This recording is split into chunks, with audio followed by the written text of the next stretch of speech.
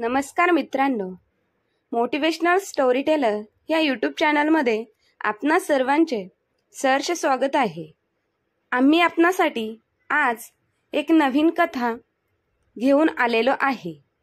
कथा शेवटपर्यंत नक्की ऐका आणि आजच्या कथेमधून काय बोध तुम्हाला मिळाला हा कमेंट बॉक्समध्ये नक्की कळवा। स्वरूप हा लहानपणापासून त्याच्या आजी आजोबांजवळ राहत होता। आई बाबांपेक्षा जवळचं म्हणजे त्याच्या आजी आजोबा होते। रखमाबाईंचा आणि रामभाऊ तात्यांचा एकुलता एक हा नातू होता। स्वरूप लहानपणापासूनच शाळेमध्ये हुशार असल्यामुळे त्याचं स्वप्न होतं डॉक्टर होण्याचं आणि त्याची आजी सतत मनात राहायची, स्वरूप बाळा, तू डॉक्टर झाल्यावरती तुझ्या आजोबांना बरं कर। स्वरूप देखील हो म्हणायचा। आता खेळणारा स्वरूप हा खूप मोठा झाला होता। 12वीचे शिक्षण झाल्यानंतर स्वरूप हा रशियाला डॉक्टर होण्यासाठी जाणार होता। आजी आजोबा मात्र खूप रडत होती, आमच्या स्वरूप आम्हाला सोडून जाणार। मात्र स्वरूपचे स्वप्न असल्यामुळे त्यालाही जावं लागणार होतं। त्यांनी आजी आजोबांना सांगितलं, आजी बाबा, मी असा जातो आणि असा येतो, तुम्ही माझी येण्याची वाट पहा। मी डॉक्टर झाल्यावर तुम्हाला खूप माझा अभिमान वाटेल आणि मला आपल्या आजोबांचं नाव खूप मोठं करायचं आहे, म्हणूनच मला डॉक्टर व्हायचं आहे। त्यानंतर स्वरूप रशियामध्ये डॉक्टर होण्यासाठी गेला होता। काही दिवसांतच त्याने त्याचे MBBSचे शिक्षण पूर्ण केले। आता तो आपल्या भारत देशामध्ये येण्याच्या तयारीत आहे। भारतातील एका मोठ्या हॉस्पिटलमध्ये त्याची डॉक्टर म्हणून नेमणूक झाली होती। स्वरूप 5 वर्षानंतर भारतात जाणार असल्यामुळे तो भारतात जाण्यास खूप उत्सुक होता। तो पटकन त्याची पॅकेजिंग करून भारतात जाण्यासाठी निघून जातो। फ्लाईटमध्ये बसताना तो आपल्या कुटुंबाचा विचार करतो। त्याला आपल्या आजी आजोबांची खूप आठवण येते, त्याला त्याच्या आईवडिलांची आठवण येते। स्वरूप त्याच्या आजी आजोबांचा खूप लाडका होता, कारण त्याची आजी आजोबा त्याच्यावर खूप प्रेम करायची। ते सर्व हट्ट इच्छा पूर्ण करायची। आजी त्याची प्रत्येक गोष्ट ऐकायची। स्वरूप आणि आजीचं एक वेगळंच नातं होतं, थोडंसं खोडकर आणि प्रेमाचं। स्वरूपलाही आजी आज दिवस आठवतो, जेव्हा त्याला त्याच्या वाचवण्यासाठी आजीने आईचा ओरडा खाल्ला होता। थोडक्यात सांगायचे झाले तर त्याचे आजोबा रामभाऊ आणि आजी रखमाबाई यांचे नातवावर स्वतःच्या जीवापेक्षा जास्त प्रेम होते। स्वरूप परदेशात जात असताना आजीला आठवडाभर अन्न गोड लागत नाही की तिच्या डोळ्यातले अश्रू थांबले नाही, कारण घरात स्वरूप एकटाच होता, ज्यामुळे आजीला त्याचा खूप आधार आणि आनंद वाटायचा। आजी स्वरूपला म्हणायची, बाळा, तू परदेशात गेलात तर मला या घरात करमणार नाही, तुझ्याशिवाय मी जगणार कशी? तू लवकर तुझा अभ्यास पूर्ण करून ये, तुझ्या आजोबांची तब्येत बरी नसते, म्हणून तू जेव्हा डॉक्टर बनून भारतात परत येशील तेव्हा सर्वात आधी तुझ्या आजोबांचे उपचार कर। स्वरूप देखील आजोबांना मिठी मारतो आणि म्हणतो की मी लवकरच डॉक्टर बनून येईल आणि आजोबांना पूर्ण बरे करेल, काळजी करू नकोस आजी, असे म्हणत स्वरूप परदेशात जाण्यासाठी तयार होतो आणि परदेशात जातोही। 5 वर्ष रशियामध्ये शिक्षण घेऊन आज तो भारतात परतत आहे, तेही भारतामधील एका प्रसिद्ध हॉस्पिटलमध्ये डॉक्टर बनून।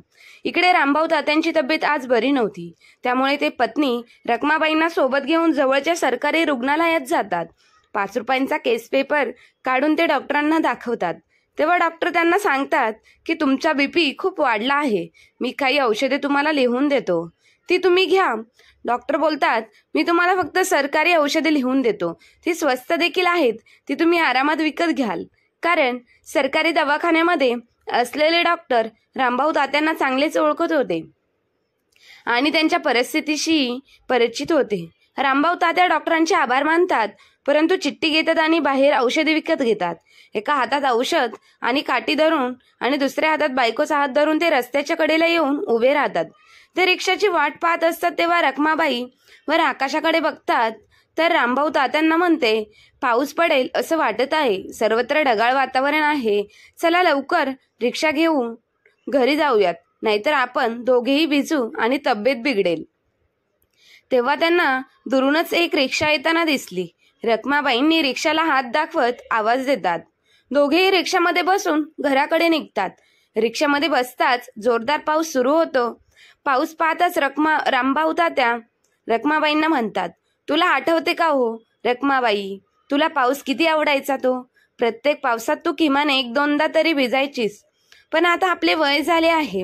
आता पावसाची भीती वाटते की आपण कुठे आजारी नको पडायला. बोलता बोलता त्यांचं घरही समोर येतं.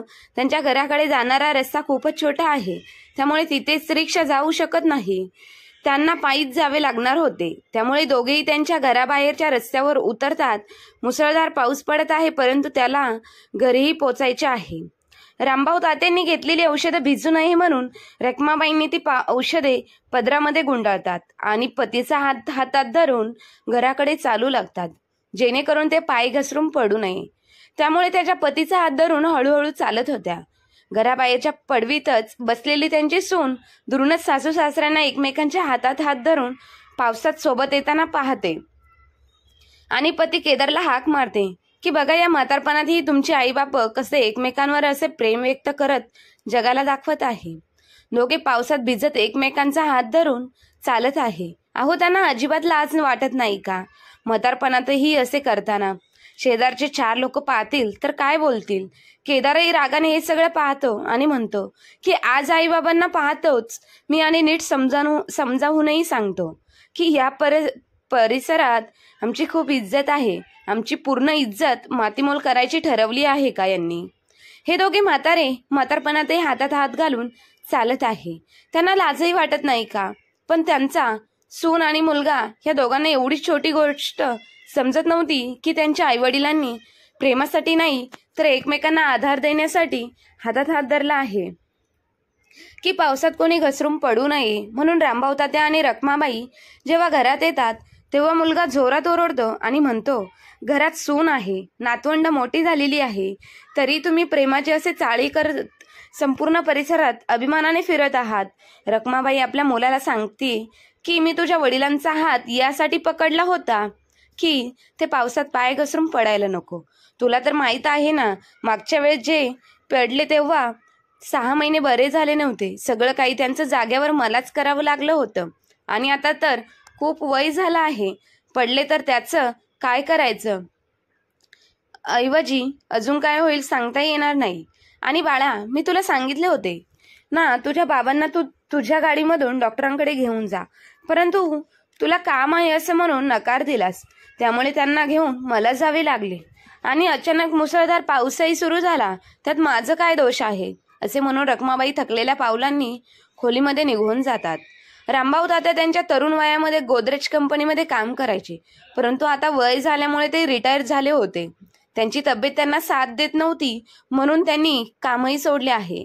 ह्या वयात त्यांना चालता फिरता येत नव्हते आणि त्यांनी तब्येतही बरी नसते.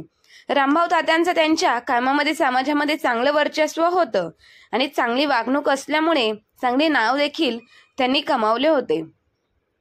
त्यांनाही केदारला त्यांच्या कंपनीमध्ये कामाला लावून दिले होते. केदारही चांगली कमाई करू लागला होता. रामभाऊ तात्यांनी त्यांच्याकडे असलेली सर्व बचत मुलाच्या नावे करून केली होती आणि उरलेले सर्व पैसे घर बांधण्यासाठी वापरले होते.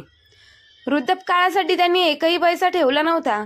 आता वृद्धापकाळात त्यांची तब्येत बिघडली असताना त्यांना औषधांसारख्या छोट्या छोट्या गरजांसाठी मुलगा आणि सून यांच्यासमोर हात पसरावे लागायचे.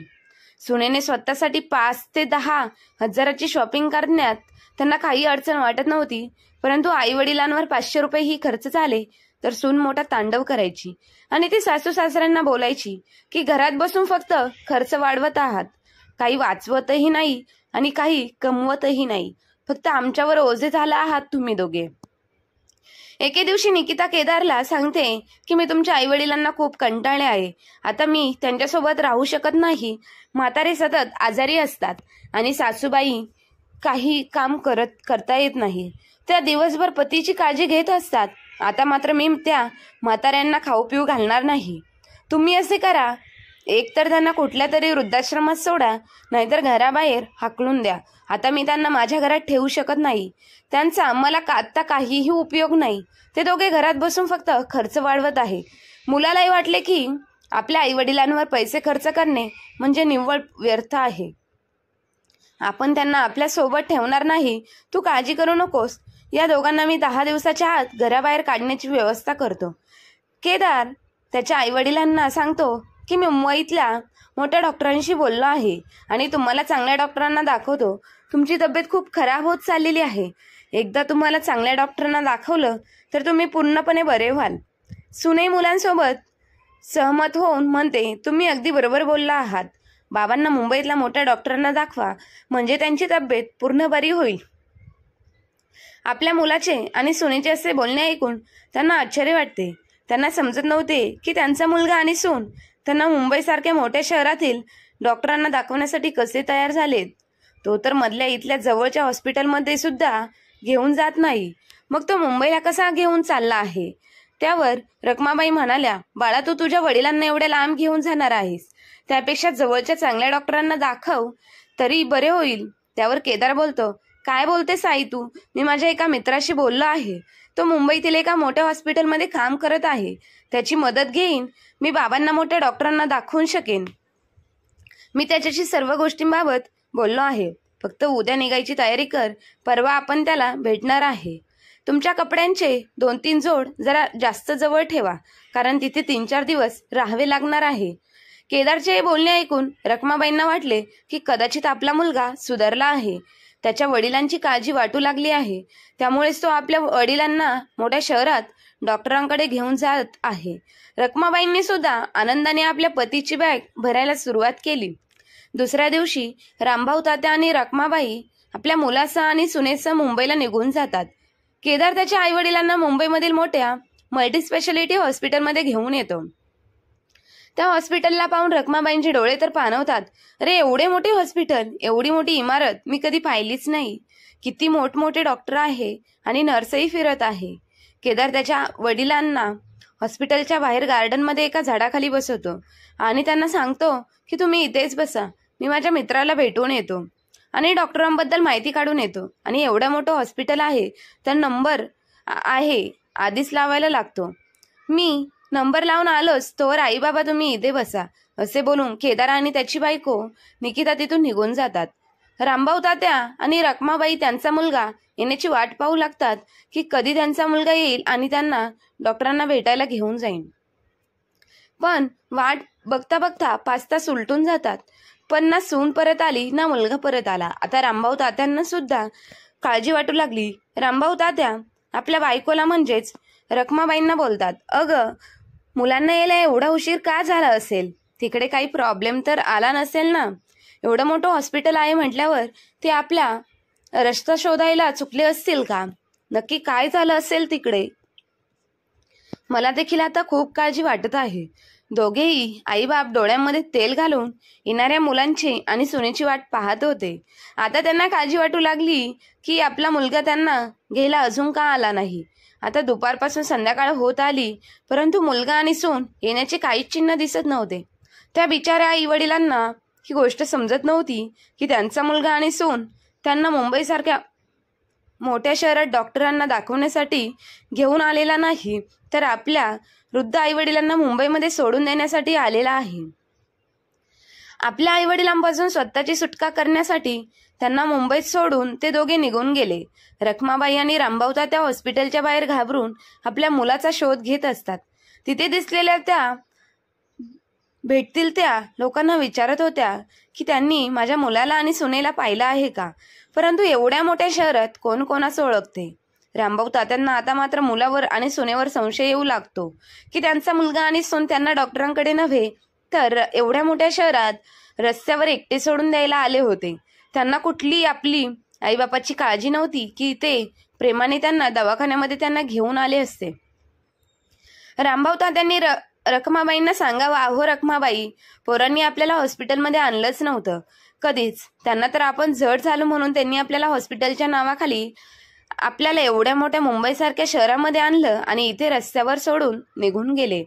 त्यांना आपली एवढीच काळजी असती तर त्यांनी इथून पाठीमागे काय करायचं ते केलं असतं. हा आपुलकीचा पुळका त्यांनी आत्ताच का दाखवला असता? त्यांच्या मनामध्ये अचानक कुठून एवढं प्रेम आपल्यासाठी भरून आलं असावं? आपल्याला असं असहाय्य सोडून ते निघून गेले. एकदाही आपल्या म्हाताऱ्या आईवडिलांचा विचार केला नाही. जेव्हा ते सगळं रखमाबाईंना कळतं की त्यांचा मुलगा आणि सून त्यांना सोडून निघून गेले आहेत, तेव्हा त्यांच्या पायाखालची जमीनच सरकते. रखमाबाई आपला पतीच्या खांद्यावर म्हणजेच रामभाऊ तात्यांच्या खांद्यावर डोके ठेवून रडू लागतात आणि विचार करू लागतात की काय नशीब आहे आपले, कोणत्या जन्माचं पाप म्हणावं म्हणून असा मुलगा पोटी जन्माला आला. स्वतःच्या जन्मदात्या आई वडिलांना रस्त्यावर सोडून जावं आणि आपण आयुष्यभर काबाड कष्ट करून आपल्या मुलासाठी खूप काही केलं आणि त्याच मुलाने आज आपल्याला रस्त्यावर असे सोडून दिले. रखमाबाईंनी रात्र रडवत घालवली आणि सकाळ होताच त्या जवळच्या हॉटेलमधून एक कप चहा स्वतःसाठी आणि रामभाऊ तात्यांसाठी घेऊन येतात. काही दिवसांचा जेवणाचा खर्च भागवण्या इतपतही पैसे त्यांच्याकडे नव्हते. 2-4 दिवस ते दोघेही हॉस्पिटल बाहेरच्या एका झाडाखालीच झोपतात आणि जवळ जे काही थोडेफार पैसे आहेत त्यावर खाऊन पिऊन दिवस काढतात. 2 दिवसात त्यांचे सर्व पैसे संपतात आणि आता मुंबईसारख्या शहरात आपल्या आजारी पतीबरोबर कसे राहायचे हे रखमाबाईंना समजत नव्हते. ज्या हॉटेलमधून रखमाबाई चहा आणि नाश्ता घेऊन येत होत्या त्या हॉटेलच्या मालकाकडे रखमाबाई जातात आणि त्या मालकाला विचारतात, बेटा काही काम असेल तर मला दे, माझ्याकडे जेवणासाठी पैसे नाहीत, मी काही काम केलं तर जेवणासाठी पैसे तरी मिळतील. हॉटेलचा मालक रखमाबाईंकडे पाहतो आणि मनामध्ये विचार करतो, ह्या वयामध्ये ह्या बाई काय काम करणार नक्की, परंतु ह्या माझ्याकडे आल्या आहेत याच्या पाठीमागे म्हणजेच तितकीच त्यांना काहीतरी कामाची गरज आहे. त्यामुळे हॉटेलच्या मालकांनी रखमाबाईंना सांगितलं, आई तुझी इच्छा असेल तर तू माझ्या हॉटेलमध्ये भांडी धुवायचं काम करू शकतेस, त्या बदल्यात मी तुला थोडेफार पैसे देईन आणि सकाळ संध्याकाळ चहा पाणीही देईन. हॉटेलच्या मालकाचे बोलणे ऐकून रखमाबाईंना खूप आनंद झाला. आता रखमाबाई दररोज हॉटेलमध्ये भांडे घासून पैसे कमवत होते आणि येणाऱ्या पैशांमधून रामभाऊ तात्यांचा हॉस्पिटलचा खर्च आणि त्यांच्या खाण्यापिण्याचा खर्च त्या भागवत होत्या. आता रखमाबाई खूप हतबल होत्या, त्यांच्यासमोर दुसरा काहीच पर्याय नव्हता. कसे तरी त्या या उतार वयामध्ये आपल्या नवऱ्याचा आधार बनल्या होत्या. दिवसामागून दिवस जात होते. रखमाबाई दिवसभर त्या हॉटेलच्या भांडी घासायच्या आणि त्यांचा उदरनिर्वाह करायच्या. स्वरूपही मुंबईत आला होता. मुंबईतील एका प्रसिद्ध रुग्णालयात आज त्याचा पहिलाच दिवस होता. तो रूममधून तयार होऊन हॉस्पिटलमध्ये निघतो. त्या हॉस्पिटलमध्ये स्वरूपच्या कामाचे इम्प्रेशन बघून, स्वरूपचं कामामधील नॉलेज बघून आणि या सगळ्यामधून पेशंटला बरं करण्याचा त्याचा एक्सपिरियन्स बघून त्या मल्टीस्पेशालिटी हॉस्पिटलमध्ये स्वरूपला परमनंट केलं होतं. स्वरूपसाठी ही गोष्ट खूप आनंदाची की मुंबईसारख्या एवढ्या मोठ्या शहरामध्ये आणि त्यातल्या त्यात एवढ्या मोठ्या मल्टीस्पेशालिटी हॉस्पिटलमध्ये तो परमनंट झाला आहे. कमीत कमी त्याला आता 4 लाखाचा महिना पगाराची नोकरी लागली होती. हा आनंदाचा क्षण आईबाबांना आणि आजीबाबाला सांगण्यासाठी स्वरूपनी कॉल केला. केदारच्या फोनवरती फोन आल्यानंतरला केदारने आपल्या मुलाचा फोन उचलला. दोघांचे बोलणं झालं. आनंदाची बातमी स्वरूपने आपल्या बाबांना आणि आईला सांगितली. त्यानंतर स्वरूपने बाबांना विचारलं, बाबा आजी आजोबा कुठे आहेत, मला त्यांना सुद्धा ही माझी आनंदाची बातमी सांगायची आहे. त्यावेळी केदारने उडवाउडवीची उत्तरं देत स्वरूपला सांगितलं की बाळा आजी आजोबा आताच मंदिरामध्ये गेले आहे आणि ते संध्याकाळी येणार आहे. स्वरूपला देखील खरं वाटलं. स्वरूपनी सांगितलं की ठीक आहे बाबा, मी आता फोन ठेवतो आणि आजी आजोबा आल्यावरती संध्याकाळी मला तुम्ही फोन करा. फोन कट केला. त्यानंतर संध्याकाळी केदारनेही काही स्वरूपला कॉल केला नाही. स्वरूपच्या झोपण्याच्या वेळी लक्षात आलं की बाबांनी आपल्याला कॉल केला नाही. आजी बाबांसोबत आपलं बोलणं राहूनच गेलं. आज पुन्हा एकदा स्वरूपनी आनंदाची बातमी सांगण्यासाठी बाबांसोबत बोलण्यासाठी केदारला फोन लावला. केदारने फोन उचलला. उचलल्यानंतर स्वरूपने नेहमीप्रमाणे प्रश्न विचारला, बाबा आजी आजोबा कुठे आहेत, मला त्यांना बोलायचं आहे. त्यावेळी केदारने स्वरूपला सांगितलं, अरे बाळा आज सकाळी 8 वाजता आजी राधा मावशीकडे तिच्या गावी गेली आहे आणि कमीत कमी ते दोघेही महिनाभर तिकडेच राहणार आहे. वाईट वाटलं की आजी आजोबांना आई बाबांनी माझा निरोप दिलाच नसणारे, त्याशिवाय ते माझ्यासोबत न बोलता असे कुठेही निघून जाणार नाही. परंतु बाबा असे का उत्तर देत आहे माहीत नाही. ठीक आहे बाबा असं म्हणून स्वरूप फोन ठेवला. त्यानंतर स्वरूपचं कामाचं रुटीन हे चालूच झालं होतं. सकाळी उठून आवरायचं आणि त्यानंतर हॉस्पिटलला दिवसभर जायचं. एके दिवशी रखमाताई हॉटेलमध्ये भांडी घासायला आल्या होत्या आणि दुपारी जेवायच्या वेळेस ते जेवणासाठी डबा बसलेले असताना डबा खोलल्यानंतरला त्यांनी बनवलेल्या भाजीचा वास हा हॉटेलच्या मालकाला गेला. हॉटेलच्या मालकाने विचारलं, हा स्मेल कसला येत आहे? त्यावेळी त्यांनी चेक केल्यानंतरला त्यांना समजलं, हा तर रखमा मावशीच्या डब्याचा स्मेल आहे. हॉटेलच्या मालकांनी रखमा मावशींना विचारलं, रखमा मावशी, ही भाजी कसली आहे ग? खूप छान स्मेल येत आहे. रखमा मावशीने आपल्या गावरान पद्धतीने हॉटेलच्या मालकांना सांगावं, थोडी खाऊन तर बघा, आवडली तर नक्की उद्या मी तुमच्यासाठी घेऊन येईल. हॉटेलच्या मालकांनी रखमाताईच्या हातचं तव्यावरचं बेसन खाल्लं आणि रखमा मावशीला सांगितलं, मावशी, उद्यापासून आपल्या हॉटेलमध्ये हा मेन्यू तू करशील का ग? रखमाबाईंनी उत्तर द्यावं, अहो साहेब, कशाला गरिबाची थट्टा करताय? हा कसला आलाय मेन्यू? हे तर गरिबाचं जेवण आहे. त्यावेळी हॉटेलच्या मालकांनी सांगितलं, नाही मावशी, ही तुझी रेसिपी आहे, तुझ्या हातची चव आहे, ती तर खूप छान आहे आणि नक्कीच आपल्या हॉटेलमधून त्याला खूप मागणी असेल. तू फक्त तयार हो, बाकी मी बघतो. आणि उद्यापासून तू भांडी घासायचं काम नाही करायचंस, तू फक्त जेवण बनवायचं काम करशील. तुझ्या हातावरची चुलीवरची गरमागरम भाकर, तव्यावरचं पिठलं. रखमाबाई आता त्या हॉटेलमध्ये भांडी घासायचं काम नाही तर एका कुकचं काम करत होत्या आणि त्यांच्या हाताला चव असल्यामुळे त्या हॉटेलमध्ये येणाऱ्या प्रत्येक कस्टमरची डिमांड फक्त बेसन भाकरीलाच होती. हे पाहून रखमाताईंना खूप आनंद झाला.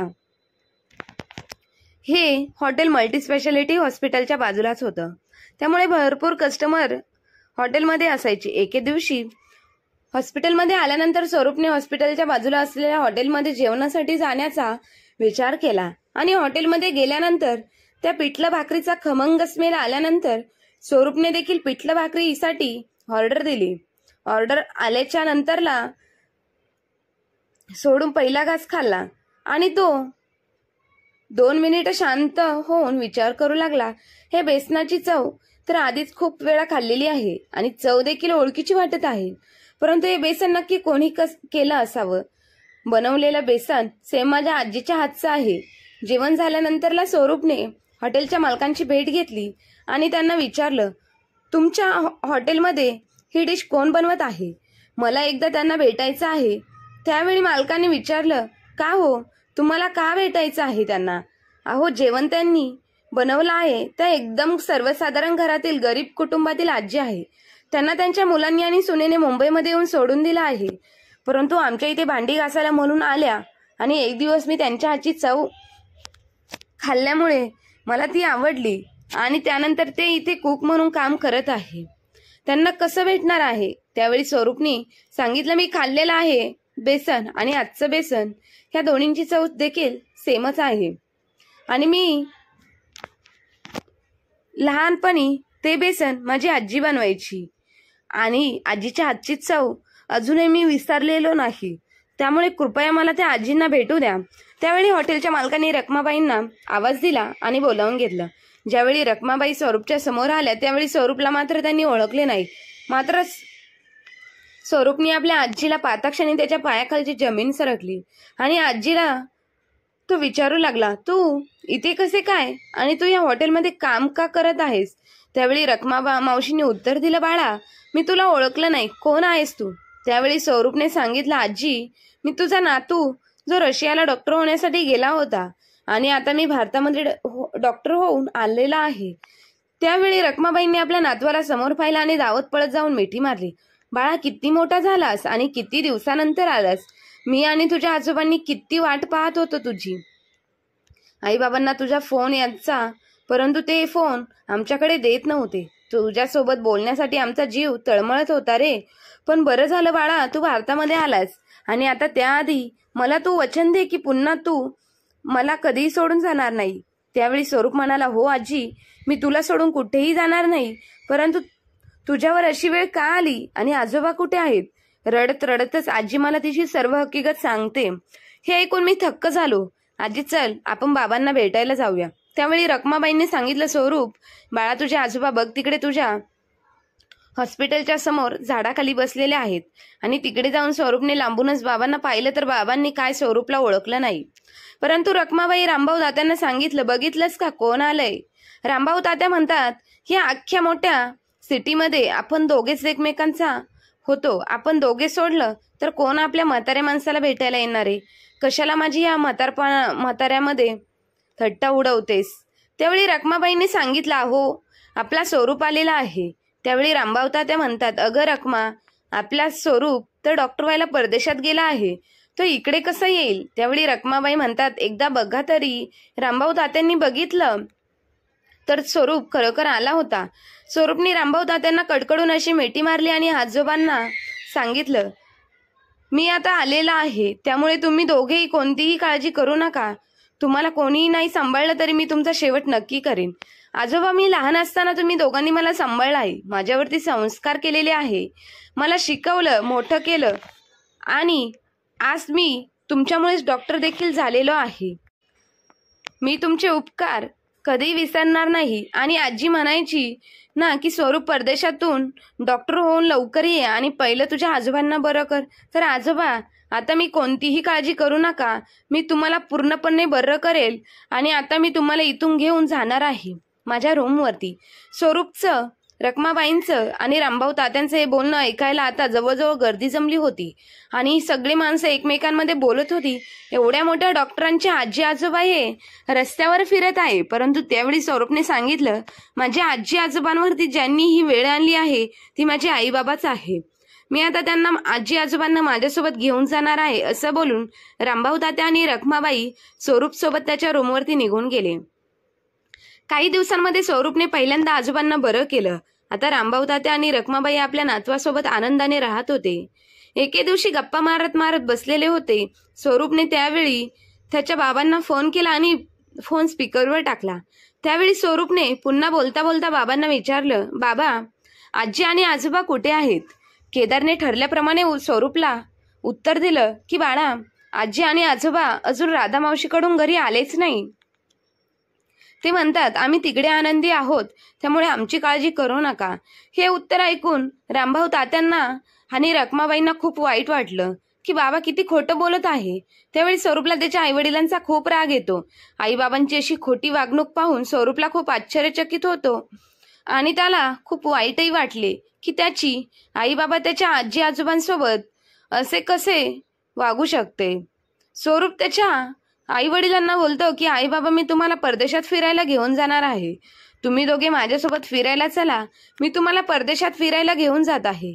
स्वरूपला त्याच्या आई वडिलांची चूक लक्षात आणून द्यायची होती, म्हणून त्यानं फिरायला जाण्याच्या बहाण्यानं विमानतळावर सोडले आणि तिथून निघून सरळ आजी आजोबांकडे गेला. दिवसभर आई बाबा स्वरूप येण्याची वाट विमानतळावर बघत बसले, पण मी काही त्यांच्याकडे गेलो नाही. दिवसभर आईबाबांनी माझी वाट पाहिल्यानंतर मी संध्याकाळी त्यांच्याकडे गेलो. मला पाहताना आईने मला मिठी मारली आणि रडू लागली, बाळा, आम्हाला दोघांना सोडून कुठे गेला होतास तू? मला खूप चिंता वाटत होती आणि तुझे वडील तर कधीपासून टेन्शनमध्ये इकडे तिकडे फिरत आहे. अरे निदान मला फोन करून तरी सांगायचेस ना, तू कुठे चालला आहेस? ते आम्हाला इथे एकट्याने सोडून निघून गेलास. अशा गोष्टी आईकडून ऐकून स्वरूप आईला म्हणतो की, का आई, जेव्हा तुम्ही आजी आजोबांना एकटे सोडून निघून गेले तेव्हा त्यांना कसे वाटले असेल याची साधी कल्पना देखील तुम्ही केली नाही का? शिवाय त्यांना तुम्हाला परदेशात घेऊन जावे असेही वाटले नाही, परत घेऊन जावे असेही देखील वाटले नाही. तुम्हाला तर हेही माहीत नाही की ते कुठे आहेत, कसे आहेत, ते आहेत की नाही. माझे बोलणे ऐकताच आईबाबांना घाम फुटला. ते दोघेही घाबरून खाली बसले. त्यांच्या तोंडातून एकही शब्द बाहेर येत नव्हता, फक्त डोळ्यांतून अश्रू येत होते आणि त्यांना त्यांच्या चुकीचा पश्चाताप होत होता. स्वरूप त्याच्या वडिलांना म्हणाला की, बाबा, तुम्ही मला सांगा, मी काय तासांसाठी तुम्हाला सोडून गेल्यावर तुम्हाला किती वाईट वाटले? काय काय विचार केला तुम्ही? आणि तुम्ही आपल्या आजी आजोबांना कायमचे सोडून आलात.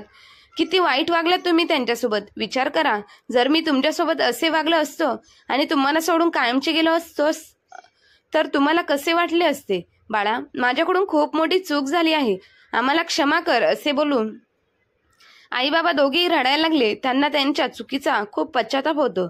मग स्वरूप आपल्या आजी आजोबांना आई वडिलांसमोर घेऊन येतो. आई वडिलांना समोर पाहून केदार आणि निकिताला खूप कृत्यास्पद वाटतं की आपण त्यांना कसं मुंबईसारख्या शहरामध्ये सोडून दिलं होतं. किती या म्हाताऱ्या निष्पाप जीवाची आपण फसवणूक केली होती. खूप वाईट वाटत होतं. निकिता आणि केदार दोघेही रखमाबाईच्या आणि रामभाऊ तात्यांच्या पाया पडतात. आई बाबा, आम्ही खूप वाईट वागलो तुमच्यासोबत, आम्ही खूप वाईट आहे. आमच्याकडून खूप मोठी चूक झाली. मला माफ करा. आमच्या स्वतःच्या मुलाने आम्हाला आयुष्यातील खूप मोठा धडा शिकवला आहे. तुम्ही दोघे घरी चला. आम्ही आत्तापासून तुमची खूप काळजी घेईन. आम्ही तुम्हाला कोणताही त्रास देणार नाही. आई बाबा, आम्हाला माफ करा आणि आजपासून आपण सर्वजण एकत्र राहू. निकिता आणि केदार हे आईबाबांना बोलत होते, परंतु त्यावेळी स्वरूप म्हणाला, नाही, यापुढे आजी आजोबा तुमच्यासोबत राहणार नाही आणि तुमच्यासोबत कुठेही येणार नाही. आजी आजोबांचा शेवट मीच करणार आहे, परंतु तुमच्या चुकीची शिक्षाही तुम्हाला भेटलीच पाहिजे. मी आणि आजी आजोबा इथे शहरामध्येच राहणार आहोत आणि तुम्ही दोघे गावी राहणार आहेत. जेव्हा कधी तुम्हाला माझी गरज भासेल त्यावेळी कॉल करा. मी नक्कीच तुमच्या सेवेसाठी हजर राहील. परंतु तुमच्या म्हातारपणाच्या वेळी तुमचा मुलगा तुमच्यापासून लांब राहील याचं दुःख तुम्हाला तुमच्या आयुष्यभर मिळेल. आणि आपल्या आई म्हातारपणात आपला मुलगा जवळ नसणं किंवा गरजेच्या वेळी आपला मुलगा आपल्याजवळ नसेल तर किती दुःख होतं याची तुम्हाला जाणीव होईल. हीच तुमची शिक्षा. आणि आजी आजोबांना तुमची कसलीही गरज नाही आहे, कारण त्यांची सेवा करण्यासाठी माणसे ठेवलेली आहेत आणि ते त्यांची काळजी घेतात. असं बोलून स्वरूप आजी आजोबांचा हात धरून एका मोठ्या गाडीमध्ये बसून निघून जातो. निकिता आणि केदार हे मात्र पाहत बसतात आणि त्यांना त्यांच्या वाईट कृत्याची कामाची शिक्षा मिळालेली असते. मित्रांनो, तुम्ही तुमच्या आईवडिलांसोबत वाईट वागले तर कधी ना कधी कोणत्या ना कोणत्या रूपाने तसंच तुमच्यासोबतही घडणार आहे, कारण कर्माचे फळ हे इथेच मिळते. म्हणून आपल्या आईवडिलांना जपा. त्यांना वृद्धाश्रमात नाही, रस्त्यावर नाही, तर घरात आनंदात ठेवा. मित्रांनो, आजची कथा कशी वाटली कमेंट बॉक्समध्ये नक्की कळवा आणि आपल्या मोटिवेशनल स्टोरी टेलर ह्या यूट्यूब चॅनलला लाईक, शेअर, सबस्क्राईब नक्की करा. धन्यवाद.